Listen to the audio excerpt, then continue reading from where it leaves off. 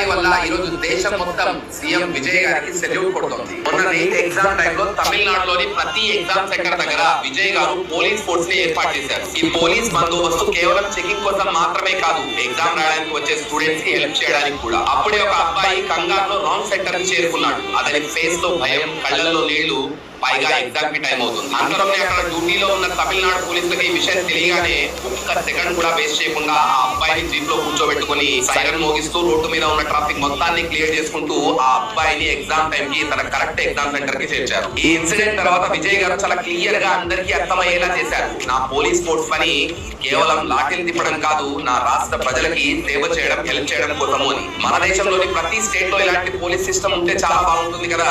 దీని మీద మీ అభిప్రాయం ఏంటో కూడా ఖచ్చితంగా కమెంట్ చేయండి.